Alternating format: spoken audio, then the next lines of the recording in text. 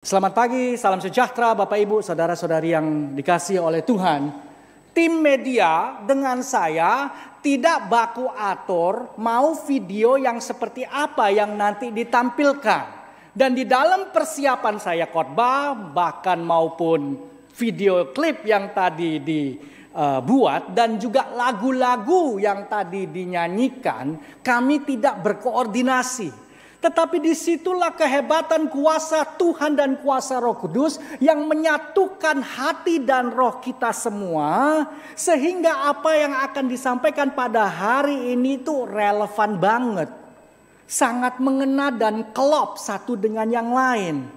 Tatkala kita berdoa, tatkala kita minta Tuhan beracara di dalam pekerjaan pelayanan misinya, Dia akan melindungi dan Dia akan bekerja dengan sangat luar biasa karena ini adalah pekerjaannya mengenai kerajaannya. Makanya di dalam pengalaman saya melakukan ini selama 22 tahun lebih, tatkala kita mendoakan orang yang berpelayanan itu sangatlah penting. Paulus sendiri juga doa seperti itu, minta doa jemaatnya. Salah satunya kita lihat adalah di 2 Tesalonika 3 ayat 1 sampai 3. Paulus bilang, selanjutnya saudara-saudara, berdoalah untuk kami supaya firman Tuhan beroleh kemajuan dan dimuliakan. Sama seperti telah terjadi di antara kamu, dan supaya kami terlepas dari para pengacau dan orang-orang jahat. Sebab bukan semua orang beroleh iman,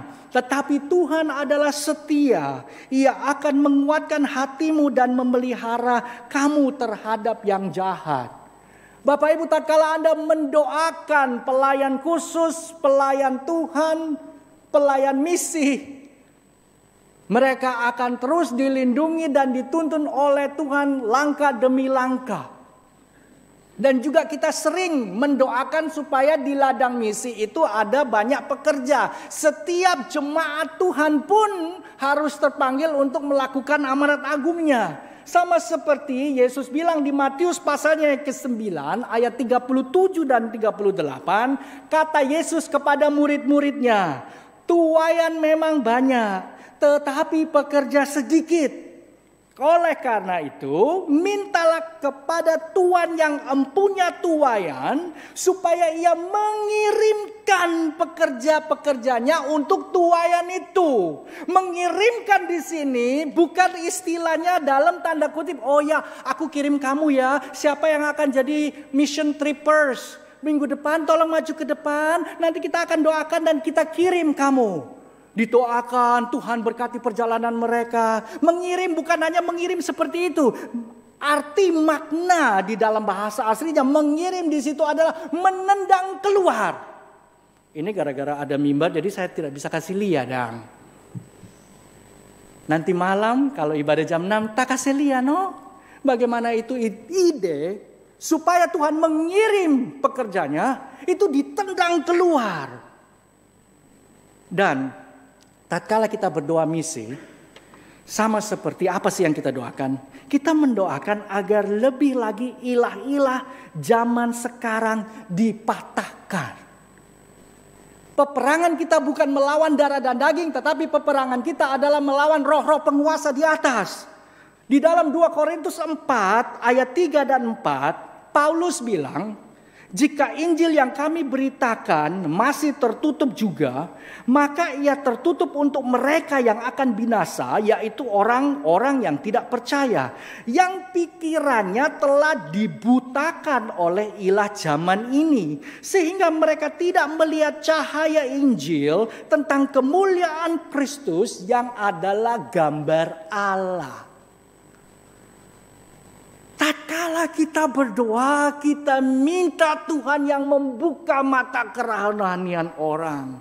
Makanya ada kutipan misi yang mengatakan, misi adalah medan pertempuran, bukan tempat bermain anak-anak.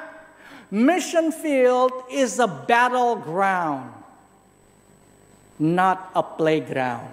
Ladang misi bukan tempat mainan anak-anak, tetapi medan pertempuran. Kalau tempat main anak-anak itu Anda tahu kan, saya tidak tahu kalau di Manado, kalau di Jawa tempat main anak-anak itu alasnya empuk-empuk semua. Ya, kalau di Manado batu-batuan dan pasir stop ya. Alasnya itu empuk semua, jadi kalau anak-anaknya jatuh itu nggak sakit, meskipun ada drama sedikit gitu, tetapi nggak seberapa sakit. Nah, kalau anak-anak lari-lari di playground lalu jatuh, terkadang mamanya gitu overreact gitu loh. Namanya playground. Ya playground ya mainan toh. Ya mainan ya lari toh. Tapi mama bilang, aduh Niko jangan lari-lari nanti jatuh. Udah giliran jatuh, akan mama so bilang. Loh mah, kita di playground ini apa dang? Haga itu tempat main anak-anak yang cakep-cakep itu. Lah tapi playground itu dasarnya alasnya itu empuk. Jadi kalau jatuh, ya enggak seberapa parah-parah banget lah. Nah tapi mission field, ladang misi, ladang penginjilan itu bukan tempat main anak-anak, tetapi pertempuran. Oleh karenanya pikiran, hati dan tindakan kita harus di dalam mode waspada. Urgent, bukan holiday mode. Di handphone Anda kan ada airplane mode. Melakukan misi dan penginjilan itu bukan holiday mode. Meskipun zaman now ada yang katanya mission trip gitu ya. Mission trip sama dengan holiday mode, sama dengan kuliner mode. Mau pi mana orang misi? Oh mau pi jauh sana di desa sana. Aduh pi jauh. Ya memang namanya misi berat ya. Kalau enggak mau berat ya pergi sana ke Bali. Bukan mission trip, tapi holiday trip.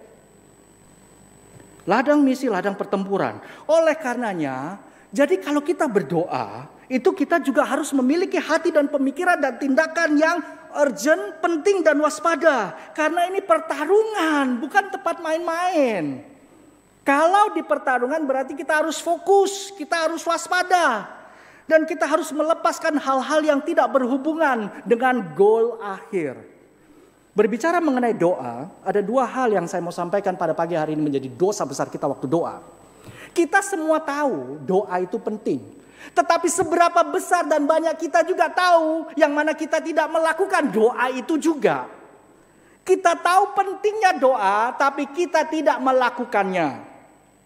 Yang kedua, kalaupun kita berdoa gitu ya, seringkali ini bisa terjadi karena rutinitas tanpa hubungan intim dengan Tuhan, tanpa adanya rasa urgency, rasa waspada dan aduh ini emergency loh, ini penting loh, ini gawat darurat loh. Masa kita melakukan doa itu lenggang-lenggang kangkung, jalannya itu kayak kura-kura gitu ya. Kalaupun berdoa, berdoanya rutinitas. Mengapa ini bisa terjadi? Doanya itu rutinitas. Karena satu, keberdosaan kita. Kita ini manusia berdosa. Kepengennya itu mau berdosa terus. Kedua, kita ini punya kemanusiaan dan keakuan yang tinggi banget. Sehingga kita ini ada kecenderungan untuk sombong. Sombong yang mana Tuhan aku gak butuh kamu kok. Jadi aku gak usah doa. Sebenarnya dia tidak kemana-mana, jalan di boulevard, jalan di Samra, jalan di sini bilang, aku sombong loh ya, aku sombong loh ya. Enggak. Kalau dia bilang begitu nanti mau dimarah oleh hamba Tuhan dan penatua dan majelis. Tetapi tatkala kita tidak berdoa, tatkala kita tidak minta bantuan Tuhan, maka itu sama juga dengan kita ini lebih bisa, lebih pintar, lebih boleh daripada Tuhan sendiri. Jadi kita tidak mau kuasa Tuhan dan kekuatannya beracara. Kita sebenarnya bisa melakukan rutin berdoa, tetapi Tuhan sebenarnya tidak mendengar doa kita loh.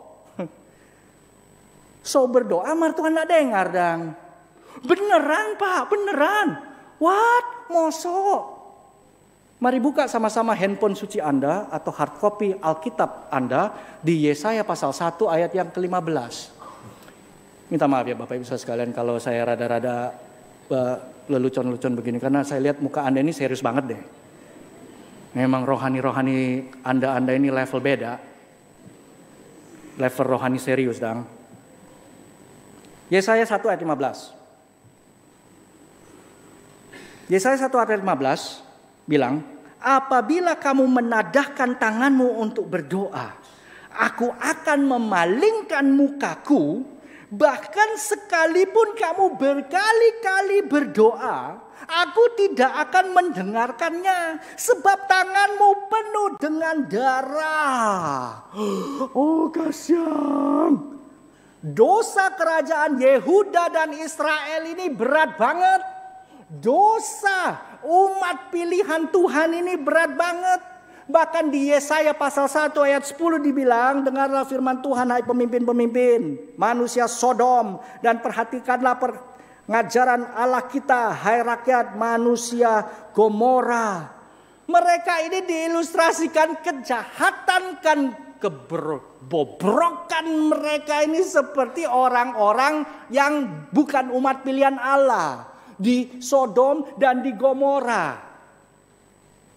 Dan karena mereka ini sudah tahu yang mana mereka ini pada dasarnya jahat, jadi mencoba untuk mengcover dosa-dosa mereka, umat pilihan Allah ini, dengan ritual keagamaan. Makanya mereka kasih persembahan, mereka kasih juga korban bakaran. Tapi Tuhan Allah Israel, Yahweh bilang kepada umatnya, Yesaya pasal 1 ayat 11. Untuk apa korbanmu yang banyak-banyak, firman Tuhan? Aku sudah jemu akan korban-korban bakaran berupa domba jantan dan akan lemak dari anak lembu gemukan. Darah lembu jantan dan domba-domba dan kambing-kambing jantan tidak kusukai. Apabila kamu datang untuk menghadap di hadiratku, siapakah yang akan menuntut itu daripadamu, bahwa kamu menginjak-injak pelataran bait suciku? Tuhan tidak berhenti sampai di situ. Dia bagele. Stop, Jo. Stop. Stop apa? Ayat 13. Yesaya 1 ayat 13. Jangan lagi membawa persembahanmu yang tidak sungguh, sebab baunya adalah kejijikan bagiku. Kalau kamu merayakan bulan baru dan Sabat atau mengadakan pertemuan-pertemuan, aku tidak tahan melihatnya, karena perayaanmu itu penuh dengan kejahatan. Enggak usah bawa banyak-banyak korban bakaran, enggak usah persembahanmu, jijik di mataku. Stop bawa itu. Kalau kau coba mengcover dosa-dosamu hanya dengan itu. Makanya Tuhan bilang, makanya aku tidak mau lagi mendengar doa-doamu. Yesaya 1 ayat 15 saya baca kembali ya. Apabila kamu menadakan tanganmu untuk berdoa. Oh, by the way, ini iklan sedikit ya. Keluar jalur sedikit. Ini kata yang sama bisa juga saya terjemahkan begini. Apabila kamu mengangkat tanganmu untuk berdoa. Saya buat lebih dramatisir lagi. Apabila kamu mengangkat tanganmu lebar-lebar untuk berdoa. Banyak catatan di Alkitab, berdoa itu tidak seperti ajaran yang dahulu kala saya terima dan mungkin banyak dari Anda terima waktu masih kecil, dang. Diajarin di sekolah minggu, jadi hati-hati guru sekolah minggu, jangan jadi pengajar sesat. Ayo adik-adik, doa ya torang, mari. Tutuplah mata, lipatlah tangan untuk berdoa pada Tuhan. Ayo berdoa, tutup mata, lipat tangan. Niko, ngana tidak berdoa ngana tidak berdoa nanti bawa-bawa Tuhan lagi. Nanti Tuhan marah. Stop Nggak ada di Alkitab dibilang ngana tidak lipat tangan dan tutup mata lalu Tuhan marah. Yang Tuhan marah itu apa? Yang Tuhan marah adalah apabila kamu mengangkat tanganmu besar-besar untuk berdoa, aku akan memalingkan mukaku. Bahkan sekalipun kamu berkali-kali berdoa, aku tidak akan mendengarkannya kembali sebab tanganmu penuh dengan darah. Hiks. Jadi apa solusinya, Pak? Tuhan bilang ke Yesaya, pasal 1 ayat 16. Basuhlah, bersihkanlah dirimu, jauhkanlah perbuatan-perbuatanmu yang jahat dari depan mataku. Berhentilah berbuat jahat. Clean up, bersihkan dirimu. Tinggalkan perbuatan-perbuatan jahatmu. Sebelum doa, tinggalkan perbuatan-perbuatan jahatmu. Lalu di ayat yang ke-17, Yesaya pasal 1 ayat 17, belajarlah berbuat baik, usahakanlah keadilan, kendalikanlah orang kejam, belalah hak anak-anak yatim, perjuangkanlah perkara janda-janda. Marilah kita berperkara, firman Tuhan. Sekalipun dosamu merah seperti kirmisi, akan menjadi putih seperti salju. Sekalipun berwarna merah seperti kain kesumba, akan menjadi putih seperti bulu domba. Tatkala kita berdoa, terutama untuk misi, kita mau berdoa agar kita ini punya pure heart, hati yang murni. Hati yang merindukan selalu, bukan hati yang kepentingan saya saja. Makanya waktu Daud berdosa, di dalam doanya, Mazmur pasalnya yang ke-51, dia minta satu rahmat Tuhan, God's mercy. Kasihanilah aku ya Allah, menurut kasih setiamu, hapuskanlah perlanggaranku, menurut rahmatmu yang besar. Dia minta pure heart, hati yang murni, ayat yang ke-10. Jadikanlah hatiku tahir ya Allah, dan perbaharuilah batinku dengan roh yang teguh. Supaya Tuhan, yang ketiga, sukacita di dalam keselamatannya, bangkitkanlah kepadaku kegirangan karena selamat yang daripadamu, dan lengkapilah aku dengan roh yang rela. Rahmatmu tercurah, hatiku dibersihkan, dan aku kegiranganku muncul di dalam Tuhan. Makanya di dalam liturgi kita itu ada yang namanya pengakuan dosa. Di pengakuan dosa itu bukan hanya juga rutinitas ya Bapak Ibu Saudara sekalian. Oh kasihan, berapa banyak kita yang sebelum masuk gereja di luar sana, ndak di sini ndak hari Sabtu so teler dang. Kong hari Minggu pagi setengah teler. Kong giliran disuruh ngaku dosa.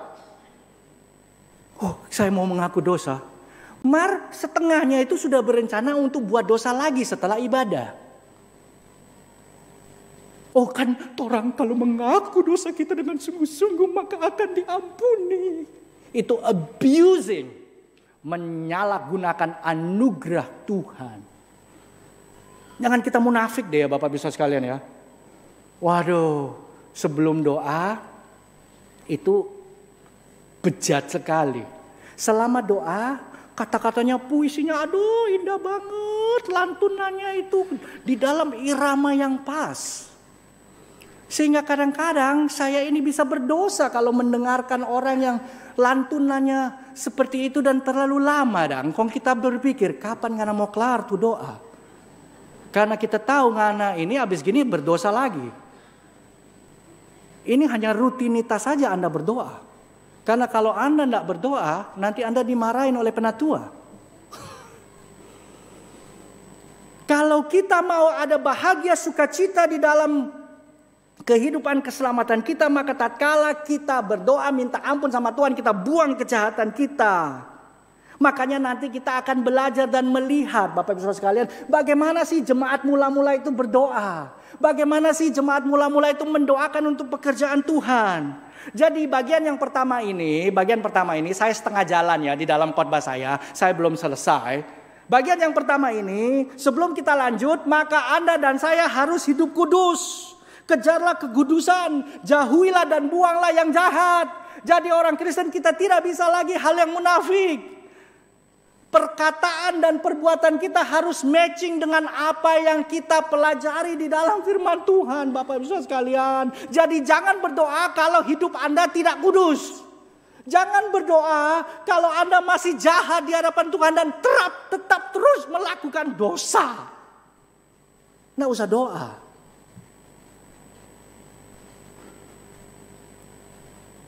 Sebelum kita lanjut, mari saya mau memberikan kesempatan kepada kita 1 menit ke depan. Apakah ada dosa yang Anda sedang lakukan dan tidak mau bertobat? Saya tidak akan minta Anda berdiri, tidak nanti. Cuma saya mau Anda doa, ngaku dosa dan tinggalkan dosa tersebut. Apakah ada dosa kejahatan yang Anda mesti tinggalkan? Kalaupun Anda bilang ya, Pak, saya tidak berdosa. Ya, dosa keangkuhanmu itu loh.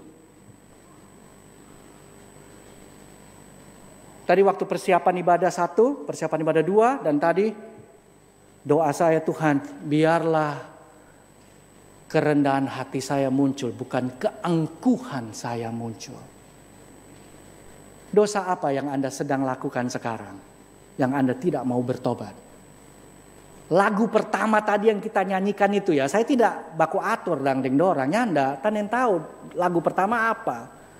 Mar waktu kita dengar tadi lagu pertama, suci, suci, suci, Tuhan Maha Kuasa. Ada yang bilang Tuhan yang Maha Suci. Tuhan kita itu kudus, Bapak Ibu sekalian. Khotbah saya belum kelar ya, cuma mari kita tundukkan kepala dan kita berdoa dan kita ngaku dosa kita atau ada kejahatan yang kita masih belum buang. Mari kita berdoa.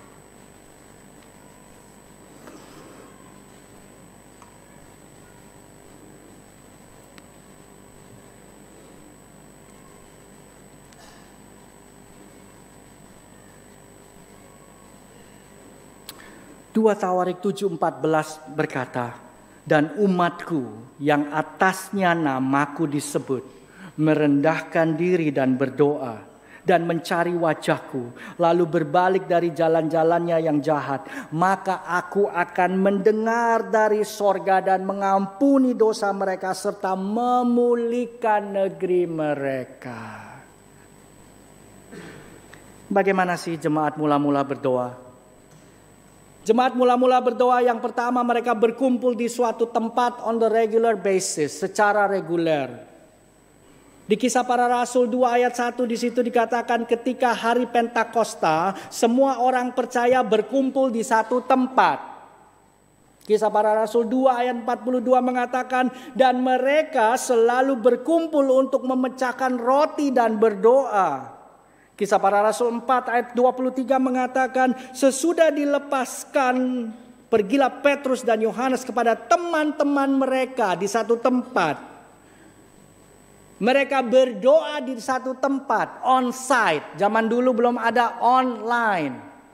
Salah satu positifnya ada COVID adalah kita semua sekarang mau Zoom. Tahu bah Zoom dang? Zaman dulu disuruh meeting online itu ya tadi mau. Tapi sekarang kita tahu Zoom. Jadi Anda ada kesempatan untuk berdoa. Jadi kalau disuruh, sebenarnya gereja banyak bilang, kami himbau hadir di ibadah doa. Nih jemaat datang datang.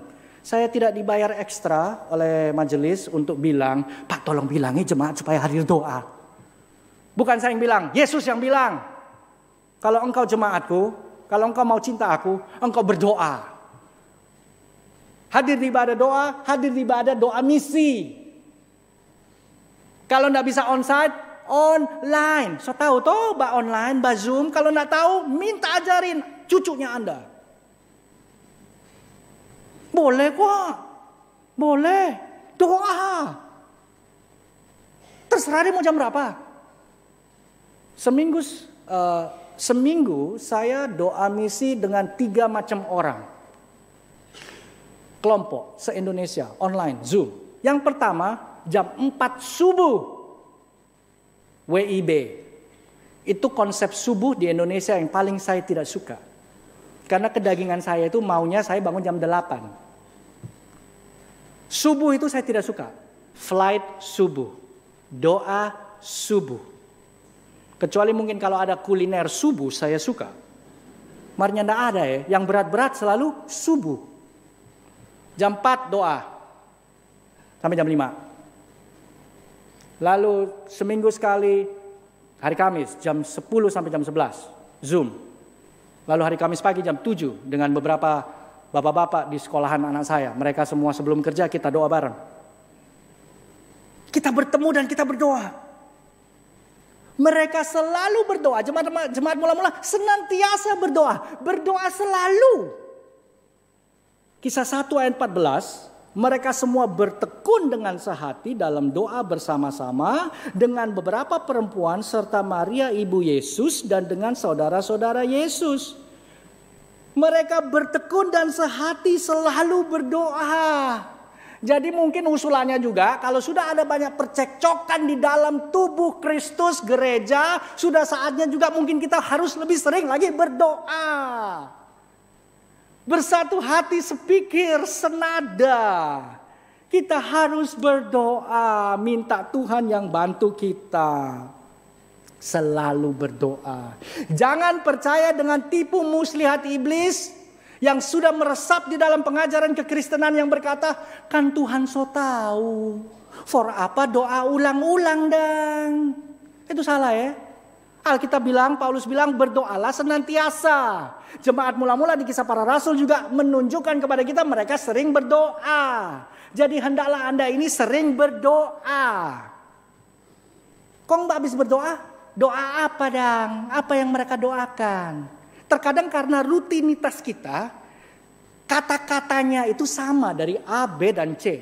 Orang A, orang B, orang C. Di macam-macam situasi, kondisi kok sama-sama juga. Apa sih yang kita doakan? Kalau kita melihat contoh dari jemaat mula-mula, Kisah Para Rasul 4 ayat 24. Mereka doanya fokus kepada Tuhan. Apa sih yang mereka doakan? Kisah 4 ayat 24. Ketika teman-teman mereka mendengar hal itu, berserulah mereka bersama-sama kepada Allah, katanya, ya Tuhan, Engkaulah yang menjadikan langit dan bumi, laut dan segala isinya. Dan oleh Roh Kudus dengan perantaran hamba-Mu Daud Bapa kami, Engkau telah berfirman, mengapa rusuh bangsa-bangsa, mengapa suku-suku bangsa mereka reka perkara yang sia-sia. Raja-raja dunia bersiap-siap dan para pembesar berkumpul untuk melawan Tuhan dan yang diurapinya. Sebab sesungguhnya telah berkumpul di dalam kota ini Herodes dan Pontius Pilatus beserta bangsa-bangsa dan suku-suku bangsa Israel melawan Yesus, hamba-Mu yang kudus yang Kau urapi, untuk melaksanakan segala yang telah Engkau tentukan dari semula oleh kuasa kehendak-Mu. Dan sekarang ya Tuhan, lihatlah bagaimana mereka mengancam kami, dan berikanlah kepada hamba-hamba-Mu keberanian untuk memberitakan firman-Mu. Ulurkanlah tangan-Mu untuk menyembuhkan orang, dan adakanlah tanda-tanda dan mujizat-mujizat oleh nama Yesus, hamba-Mu yang kudus. Sentral doa mereka bukan kepada kemanusiaan atau keakuan, tetapi kepada Tuhan Yesus pencipta khalik langit dan bumi. Jadi Bapak Ibu Saudara sekalian, tatkala sebelum kita berdoa itu baiklah kita juga pause sebentar dan tanya, Tuhan, apa yang saya mau doakan? Dan biarlah yang saya mau doakan itu bukan kedaginganku yang muncul. Tatkala kalau kita mendengar utusan Injil yang dianiaya, jangan otomatis doa, Tuhan tolong lepaskanlah dia dari penjara nih. Please Tuhan, dia menderita, Tuhan di penjara. Loh, jangan otomatis itu dulu. Mungkin Tuhan punya maksud lain dia di penjara. Tapi kita tidak bisa langsung asal bunyi dan bilang, oh Tuhan tolong begitu ya. Enggak. Tapi mari kita fokusnya doa kepada Tuhan, dan mungkin Tuhan berikanlah terus keberanian mereka untuk mengabarkan Injil-Mu. Hasilnya dari doa adalah keberanian yang lebih. Pasal 4 ayat 31. Dan ketika mereka sedang berdoa, bergoyanglah tempat mereka berkumpul itu, dan mereka semua dipenuhi Roh Kudus. Pernah nggak doa lalu gempar, Dang? Bukan karena gempa bumi ya. Minggu lalu ada gempa bumi ya. Mereka berdoa penuh dengan kuasa Roh Kudus. Lalu mereka ngapain? Mr. Laba-laba, Mr. Laba-laba. Ya ada salah satu action dari dipenuhi Roh Kudus itu Mr. Laba-laba. Tetapi di situ mereka dikatakan, lalu mereka memberitakan firman Allah dengan berani. Orang Kristen yang panako, Anda tidak ada firman Tuhan. Kasihan. Emang di luar sana, bukan di sini ya, bukan di sini. Coba malam-malam lewatin kuburan gitu ya. Coba lewatin kuburan. Aduh, permisi.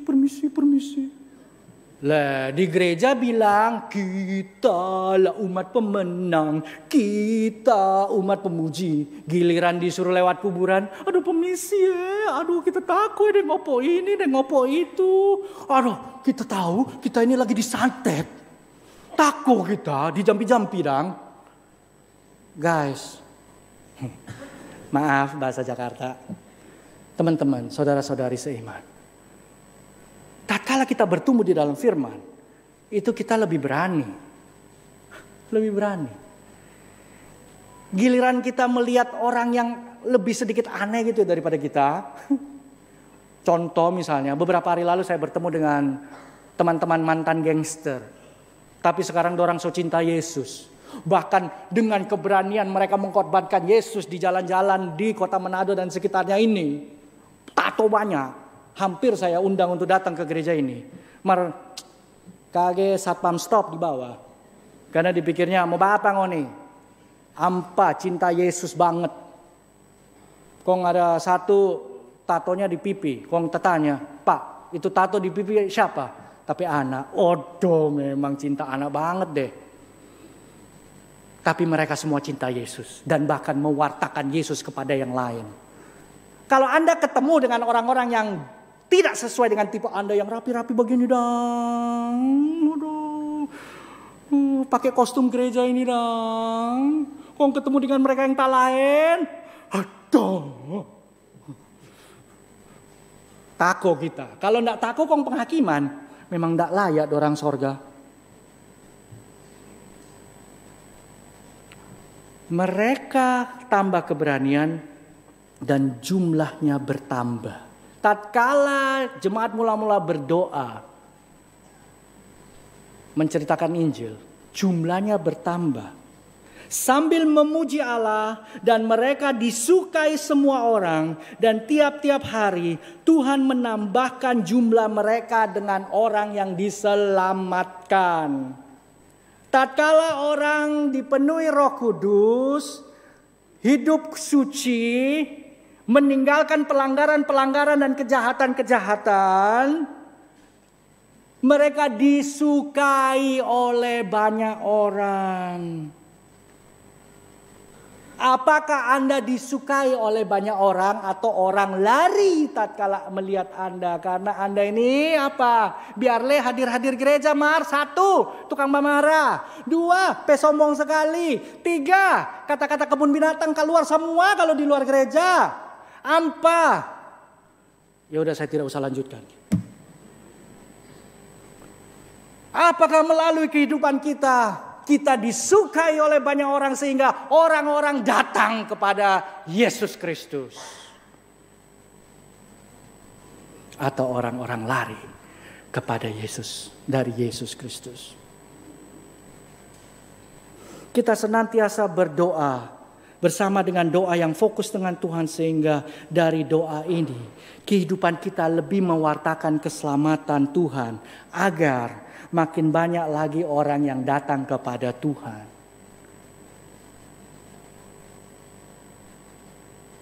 Menjadikan kita ini rumah doanya Tuhan. Kita udah dipilih nih. Jadikan aku rumah doamu Tuhan.